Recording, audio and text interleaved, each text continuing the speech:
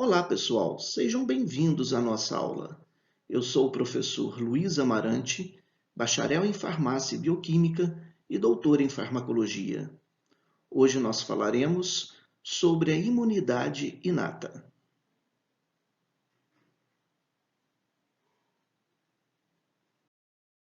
Habitamos um belo planeta e o compartilhamos com várias espécies animais e vegetais, mas algumas dessas espécies podem nos causar doenças, como os vírus, as bactérias, os fungos e diversos parasitas. Além disso, somos expostos diariamente a algumas toxinas e também à poluição ambiental.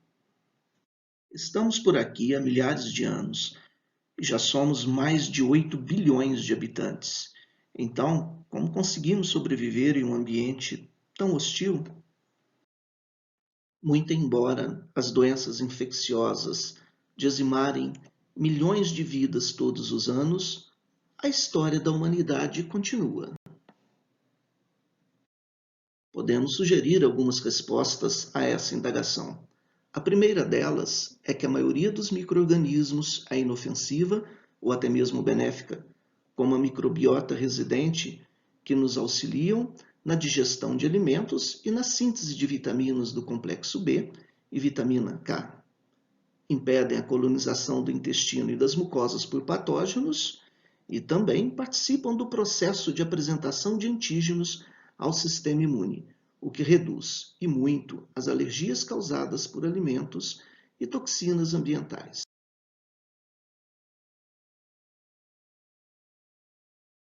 Principalmente a partir do século XX, os métodos de prevenção, diagnóstico e tratamento das doenças têm evoluído e muito. E apesar da fome ainda ser um flagelo mundial, não podemos negar que atualmente há uma melhora substancial na oferta de alimentos para a população. E uma pessoa bem nutrida é uma pessoa mais saudável.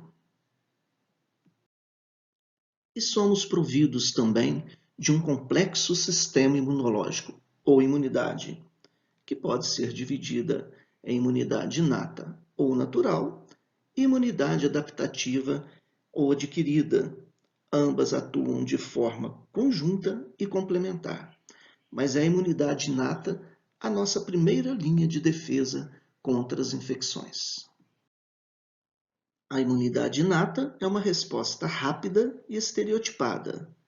É inespecífica, com baixa capacidade para distinguir os diferentes tipos de patógenos. Não forma células de memória e, por isso, não confere imunidade permanente. Por outro lado, a imunidade adaptativa, embora com início um pouco mais tardio, é específica e consegue reconhecer qual micro-organismo está infectando o indivíduo. Neste tipo de imunidade, nós temos a formação de células de memória, que nos confere imunidade permanente ou pelo menos duradoura.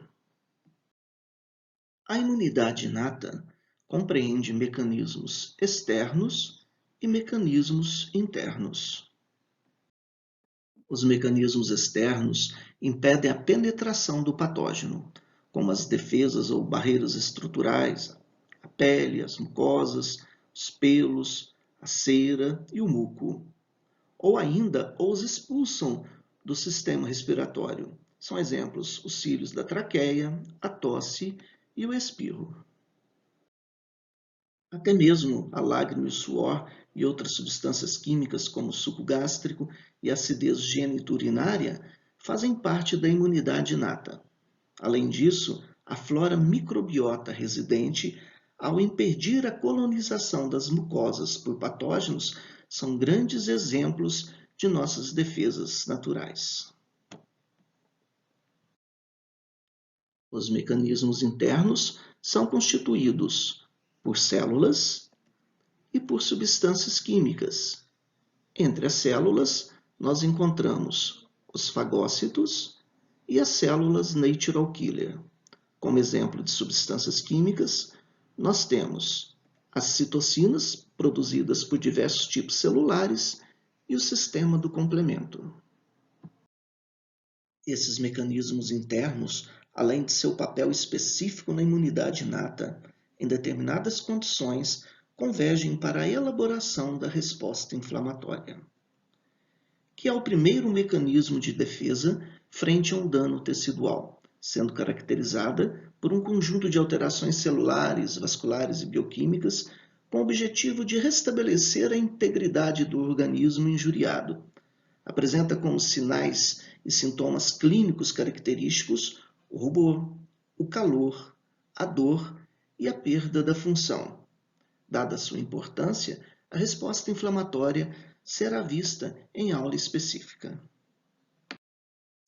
Os fagócitos são os macrófagos teciduais, as células sanguíneas, neutrófilos e monócitos, e as células do sistema nervoso central, micróglias. Essas células, quando se deparam com um micro-organismo invasor, têm a capacidade de englobá-los e digeri-los. Além disso, os macrófagos ainda atuam como células apresentadoras de antígenos, como veremos oportunamente. As células natural killer, ou exterminadoras naturais, foram identificadas pela primeira vez em 1975. Estão presentes no sangue e nos tecidos linfóides, mas não necessitam de maturação química e se proliferam mesmo em animais timectomizados. Embora sejam linfócitos, alguns autores não as consideram células T ou B, pelas suas características fenotípicas e de linhagem.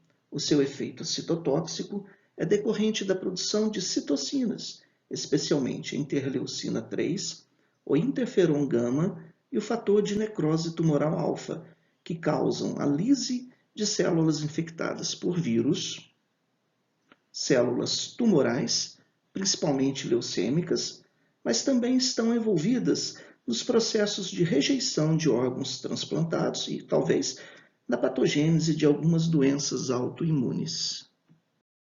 As citocinas são glicoproteínas solúveis, secretadas por vários tipos celulares, inclusive fagócitos e linfócitos T. A sua secreção é um processo rápido e autolimitado, e não se acumulam como moléculas pré-formadas. Possuem diversas funções na modulação da resposta imune, tanto inata quanto adaptativa, e em seus mecanismos efetores. São moléculas pleiotrópicas, ou seja, podem atuar sobre diversos tipos celulares.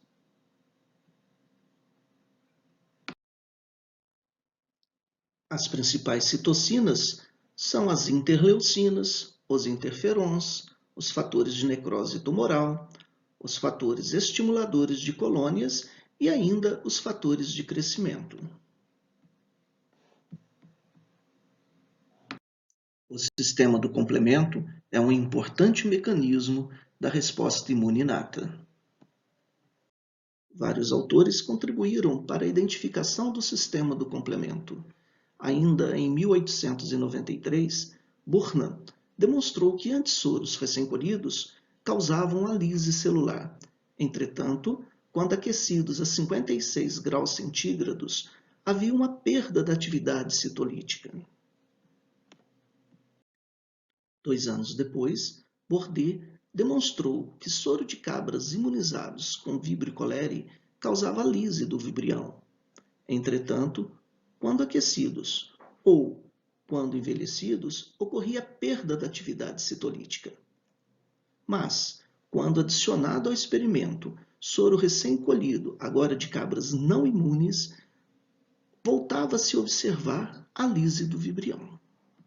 Bourdet concluiu que havia no soro 2 substâncias diferentes, uma específica e termoestável, os anticorpos. A outra, uma substância inespecífica e termolábil, a alexina, que hoje chamamos de complemento. A partir do século XX, passamos a compreender que o complemento não é uma única substância, mas um complexo sistema composto por mais de 30 proteínas, principalmente plasmáticas, mas também encontradas na membrana celular, que são ativadas sequencialmente e em cascata, por 2 vias, a clássica e a alternativa. possui um papel primordial na imunidade inata, na eliminação de complexos antígeno-anticorpo da circulação e na resposta inflamatória, mas tudo isso vai ser visto oportunamente. Por enquanto é só. Na próxima aula, veremos a imunidade adaptativa. Conto com vocês lá!